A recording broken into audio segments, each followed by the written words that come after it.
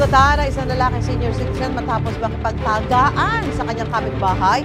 Lusod ng away dahil daw sa videoke. Gate naman ng inarestong kapitbahay, dinipensahan lang niya ang kanyang sarili. May unang balita si EJ Gomez. Balik kulungan ang 60 anyos na lalaking ito matapos makipagtagaan umano sa kanyang 67 anyos na kapitbahay sa barangay San Rafael Rodriguez Rizal. Ayon sa pulisya, matagal nang may alitan ng dalawa na tila umigting pa nang magtalo sila tungkol sa videoke habang nag-iinuman. May videoke sa kabila at may videoke rin dito sa kabila. Ayon sa kanya, doon sa side ng suspect, kinainggitan siya dahil nakabili rin sila ng videoke. So, ito yung kanilang pinag-ugatan ng away. Isang kapitbahay daw nila ang nakiusap sa biktima na pahinain ang lakas ng tugtog sa videoke na agad naman daw nitong sinunod. Pero ang sospek, di raw tumigil.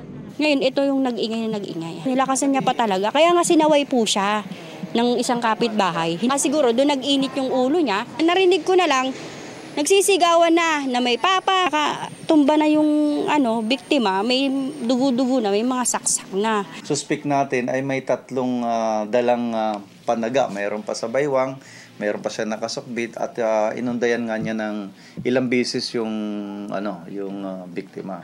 At ayon din sa ating suspect ay ilang beses din naman siyang tinaga at nailagan lang niya. Ang biktima nagtamo ng mga sugat sa ilang parte ng katawan. Tatay ko, bali kailangan na po siyang tubuhan kasi nadali daw po yung kanyang baga. Bali tinamaan kasi siya dito sa tagiliran, tapos sa ganito at saka sa baba. Kaya po critical po yung kondisyon niya ngayon. Na-recover naman sa crime scene ang ilang patalim na pagmamay-ari ng parehong biktima at sospek. Naaresto ang sospek na si alias Jules. Depensa niya, hindi siya ang unang nanakit kundi ang biktima. Siya po yung sumugod sa bahay ko. Masaka marami po nakakita, siya ang unang sumaksak sa akin, nakadipinsa lang po ako. Sa kanya po yung tatlo. Yung samurai at saka yung stainless kanya po yun yung inano niya sa akin . Sa record ng pulisya, dati nang nakulong ang sospek ng 25 taon dahil sa mga kasong murder at frustrated murder. Naharap naman sa ngayon ng sospek sa reklamong frustrated homicide. Ito ang unang balita. EJ Gomez para sa GMA Integrated News. Gusto mo bang mauna sa mga balita?